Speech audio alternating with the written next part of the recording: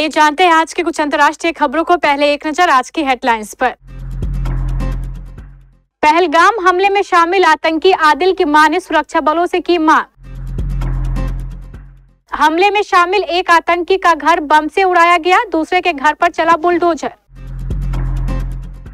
वीर सावरकर पर दिए गए बयान को लेकर कोर्ट में हुई सुनवाई।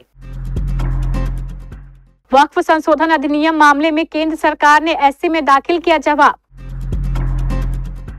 पाकिस्तान को तबाही की ओर ले जा रहे मुल्ला जनरल मुनीर भारत ही नहीं दुनिया के लिए खतरा बने, पाकिस्तानी आर्मी चीफ। पाकिस्तानियों को खोज खोज कर वापस भेजो, अमित शाह ने सभी सीएम को कॉल करके कहा। जम्मू कश्मीर के बांदीपोरा एनकाउंटर में लश्कर आतंकी अल्ताफ लाली ढेर। ऐसा क्या हुआ कि पुतिन पर आग बबूला हो गए डोनाल्ड ट्रंप। माहिरा खान ने पहले की पहलगाम आतंकी हमले की निंदा, फिर डिलीट किया पोस्ट।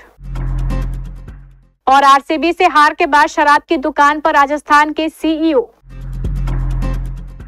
जम्मू कश्मीर के पहलगाम हमले में शामिल आतंकी आदिल हुसैन ठोकर की मां शहजादा बानो ने कहा है कि अगर उसका बेटा इसमें शामिल है तो उसका एनकाउंटर कर देना चाहिए। उन्होंने कहा, अगर आदिल का रोल इस आतंकी हमले में है तो फोर्स को अख्तियार है कि वो जो चाहे करे, एनकाउंटर करना चाहे तो एनकाउंटर करे। उन्होंने कहा, फोर्सेस को उसी जगह पर आदिल का एनकाउंटर कर देना चाहिए अगर वो वहां पर था तो। शहजादा बानो ने कहा, 2018 में आदिल यहाँ से चला गया और कभी वापस नहीं आया। उसके बाद से मेरी बात भी नहीं हुई। आदिल से कहूंगी कि अगर वो जिंदा है तो वो सरेंडर करे, क्योंकि उसकी वजह से हमें तकलीफ हो रही है। पहलगाम आतंकी हमले में कथित रूप से शामिल लश्कर आतंकवादी का घर शुक्रवार को कश्मीर में ध्वस्त कर दिया गया। मीडिया रिपोर्ट्स के अनुसार जम्मू कश्मीर पुलिस ने त्राल में आतंकी आसिफ के घर पर छापा मारा, जहां विस्फोटकों का जखीरा मिला। यहां धमाके की आवाज सुनाई गई। वहीं आतंकी आदिल के घर को बुलडोजर से ध्वस्त कर दिया गया। हमले के बाद आतंकियों का एक वीडियो वायरल हुआ था, जिसमें वे सुरक्षा बलों को खुली चुनौती देते नजर आ रहे थे। सुरक्षा एजेंसियां अब पूरी तरह सतर्क है। पहलगाम आतंकी हमले के बाद सुरक्षा बलों ने बड़ा अभियान शुरू किया है। प्रधानमंत्री नरेंद्र मोदी ने इस हमले में शामिल आतंकियों के खिलाफ कड़ी कार्रवाई का वादा किया था, जिसके बाद इस तरह की कार्रवाई देखने को मिल रही है। सुरक्षा बलों ने त्राल में जिन आतंकियों पर कार्रवाई की है वे दोनों लश्कर-ए-तैयबा के लिए काम करते हैं। आतंकी 22 अप्रैल को बैसरन घाटी में हुए आतंकवादी हमले से जुड़े वीडियो में नजर आए थे। इनमें से एक का नाम आसिफ और दूसरे का नाम आदिल है। हमले में शामिल इन आतंकियों को मार गिराने के लिए सुरक्षा बल सर्च ऑपरेशन में लगे हुए हैं। वीर सावरकर मानहानि केस में सुप्रीम कोर्ट ने शुक्रवार को राहुल गांधी की याचिका पर सुनवाई की। इस दौरान सुप्रीम कोर्ट ने वीर सावरकर के बयान को लेकर राहुल गांधी की आलोचना की। अदालत ने कहा, राहुल गांधी स्वतंत्रता सेनानियों को लेकर गैर जिम्मेदाराना बयान ना दे। सुप्रीम कोर्ट ने कहा कि खुद महात्मा गांधी ने सावरकर को सम्मान दिया था, वहीं उनकी दादी इंदिरा गांधी ने उनको खत लिखा था। सुप्रीम कोर्ट ने राहुल गांधी को आगाह करते हुए कहा है कि आप स्वतंत्रता सेनानियों के इतिहास को समझे बिना इस तरह का बयान ना दे। कोर्ट ने चेतावनी देते हुए कहा है कि अगर आगे से राहुल गांधी ने ऐसा बयान दिया तो हम स्वतः संज्ञान लेकर सुनवाई करेंगे। जिन स्वतंत्रता सेनानियों ने हमें आजादी दिलाई, आप उनके प्रति ऐसे बर्ताव कैसे कर सकते हैं? कल को आप महात्मा गांधी को अंग्रेजों का नौकर बता देंगे, क्योंकि उन्होंने सावरकर के लिए फेथफुल सर्वेंट लिखा था। कोर्ट ने कांग्रेस सांसद राहुल गांधी को चेतावनी दी है कि वे भविष्य में इस तरह के बयान ना दें। केंद्र सरकार ने वक्फ संशोधन अधिनियम 2025 को चुनौती देने वाली याचिकाओं पर सुप्रीम कोर्ट में जवाब दाखिल किया और कहा कि पिछले 100 वर्षों से उपयोगकर्ता द्वारा वक्फ को केवल पंजीकरण के बाद ही मान्यता दी जाती है, मौखिक रूप से नहीं। इसलिए संशोधन जरूरी था। केंद्र सरकार ने कहा है कि वक्फ परिषद और वक्फ बोर्ड में 22 सदस्यों में से अधिकतम 2 गैर मुस्लिम होंगे। यह एक ऐसा उपाय है जो समावेशिता का प्रतिनिधित्व करता है और वक्फ के प्रशासन में हस्तक्षेप नहीं करता। केंद्र ने कहा है कि जानबूझकर या गलत तरीके से वक्फ संपत्तियों के रूप में उल्लेखित अवैध सरकारी भूमि की पहचान, राजस्व रिकॉर्ड को सही करने के लिए और सरकारी भूमि को किसी भी धार्मिक समुदाय से संबंधित भूमि नहीं माना जा सकता। केंद्र सरकार ने सुप्रीम कोर्ट में दाखिल जवाब के जरिए वक्फ कानून को चुनौती देने वाली याचिकाओं को खारिज करने की मांग की है। केंद्र सरकार ने अपने जवाब में कहा है कि सुप्रीम कोर्ट किसी भी कानून के प्रावधान पर आंशिक रूप से अंतरिम रोक नहीं लगा सकती। न्यायिक समीक्षा करते हुए पूरे कानून पर रोक लगानी होती है। इसके अलावा ये भी माना जाता है कि संसद ने जो कानून ज्वाइंट पार्लियामेंट कमेटी के सुझावों पर बनाया है वो सोच समझकर बनाया होगा।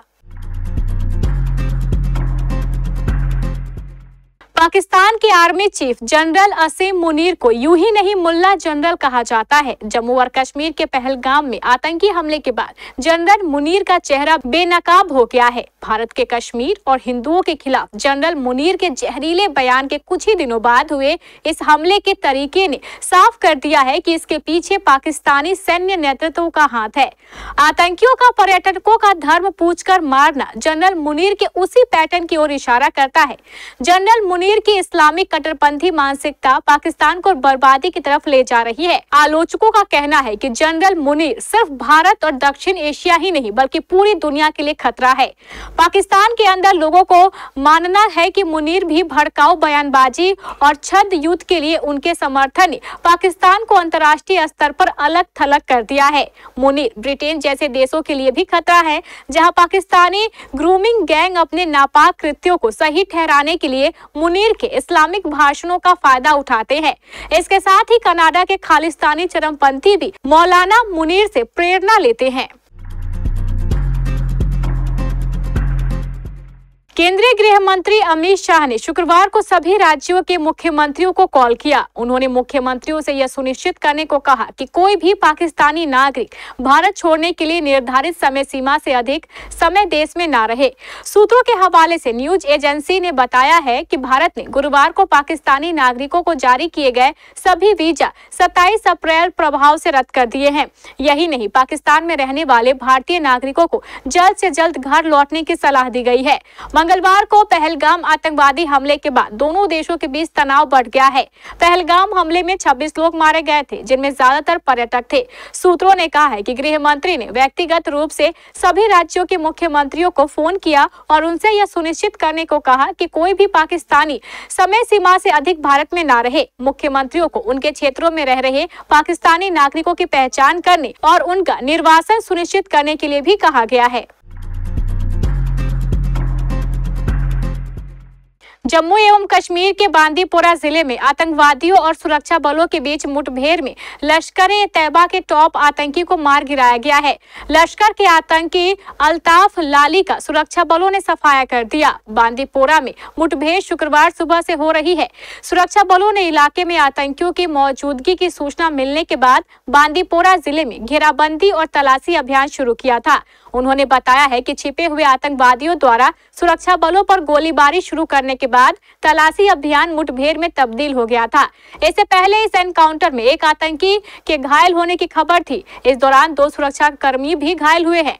बता दें कि पहलगाम आतंकी हमले के बाद जम्मू कश्मीर में सुरक्षा बलों और आतंकियों के बीच यह चौथा एनकाउंटर है। इससे पहले गुरुवार को सुरक्षा बलों ने उधमपुर के डूडू बसंतगढ़ में कुछ आतंकियों को घेरा था। मुठभेड़ में सेना का एक हवलदार शहीद हो गया था। रूस और यूक्रेन युद्ध को 3 साल से ज्यादा हो गए हैं। इसी बीच गुरुवार को रूस ने यूक्रेन पर मिसाइल और ड्रोन से एक बड़ा हमला किया।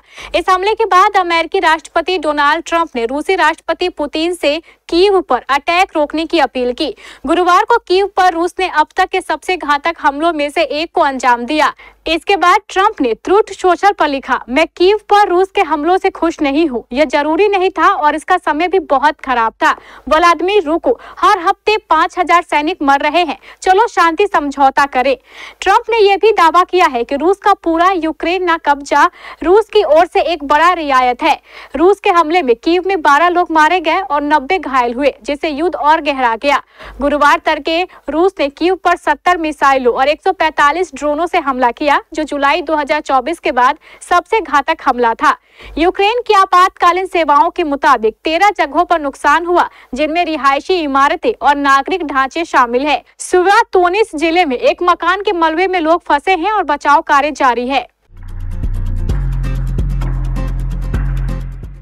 पहलगाम में हुए आतंकी हमले के 2 दिन बाद माहिरा खान ने भी पोस्ट शेयर कर अपना दुख जाहिर किया था। एक्ट्रेस ने अपने इंस्टाग्राम स्टोरी पर एक पोस्ट शेयर कर लिखा था, हिंसा दुनिया में जहां भी हो, किसी भी रूप में हो, यह कायरता भरा काम है। इसके बाद से एक्ट्रेस को ट्रोल किया जा रहा था। अब उन्होंने ये पोस्ट डिलीट कर दिया है। पहलगाम हमले में मारे गए लोगों के प्रति संवेदनाएं जाहिर करने के लिए पाकिस्तानी एक्टर फवाद खान, हानिया आमिर और मावरा डोकेन जैसे एक्ट्रेस ने अपना दुख जाहिर किया था, लेकिन पाकिस्तान की फेमस एक्ट्रेस माहिरा खान ने सबसे लेट 2 दिन बाद इस हमले पर चुप्पी तोड़ी थी, जिसके बाद उन्हें ट्रोल किया जाने लगा था। उनके इस पोस्ट के बाद सोशल मीडिया पर सवाल उठने लगे। लोगों ने यह कहा कि उन्होंने देर से प्रतिक्रिया दी और इस मुद्दे पर पहले कुछ क्यों नहीं कहा। इस हमले की कड़ी निंदा की जा रही है और बॉलीवुड सेलेब्स भी आतंकवाद के खिलाफ सख्त एक्शन लेने की मांग कर रहे हैं। इसी बीच पाकिस्तानी एक्ट्रेस माहिरा खान ने कश्मीर के पहलगाम में हुए आतंकी हमले की निंदा करते हुए इंस्टाग्राम स्टोरी में एक भावुक संदेश साझा किया, लेकिन कुछ ही घंटों बाद वह पोस्ट डिलीट कर दिया। आईपीएल 2025 में राजस्थान रॉयल्स की मुश्किलें कम होने का नाम नहीं ले रही है। गुरुवार रात को टीम को एक और हार का सामना करना पड़ा। रॉयल चैलेंजर्स बेंगलुरु ने राजस्थान को 11 रनों से हरा दिया। इस हार के बाद राजस्थान के सीईओ जैक लश मैक्रम का एक वीडियो सोशल मीडिया पर वायरल हो गया। वीडियो में उन्हें बेंगलुरु के एक शराब की दुकान में जाते हुए देखा गया। इस जीत के साथ ही आरसीबी अंक तालिका में तीसरे स्थान पर पहुंच गई है। यह इस सीरीज में उसकी 6ठी जीत है। टीम की इस सीजन में घर से बाहर अजय रही है। अब आरसीबी का मुकाबला रविवार को दिल्ली कैपिटल से होगा। यह मैच अरुण जेटली स्टेडियम में खेला जाएगा। वायरल वीडियो में आरसीबी के एक समर्थक ने कहा है कि मैक्रम टीम की हार का दर्द भुलाने के लिए शराब पीना चाहते हैं। वीडियो में दिख रहा है कि मैक्रम बेंगलुरु के एक मशहूर शराब की दुकान टोनिक की ओर जा रहे हैं।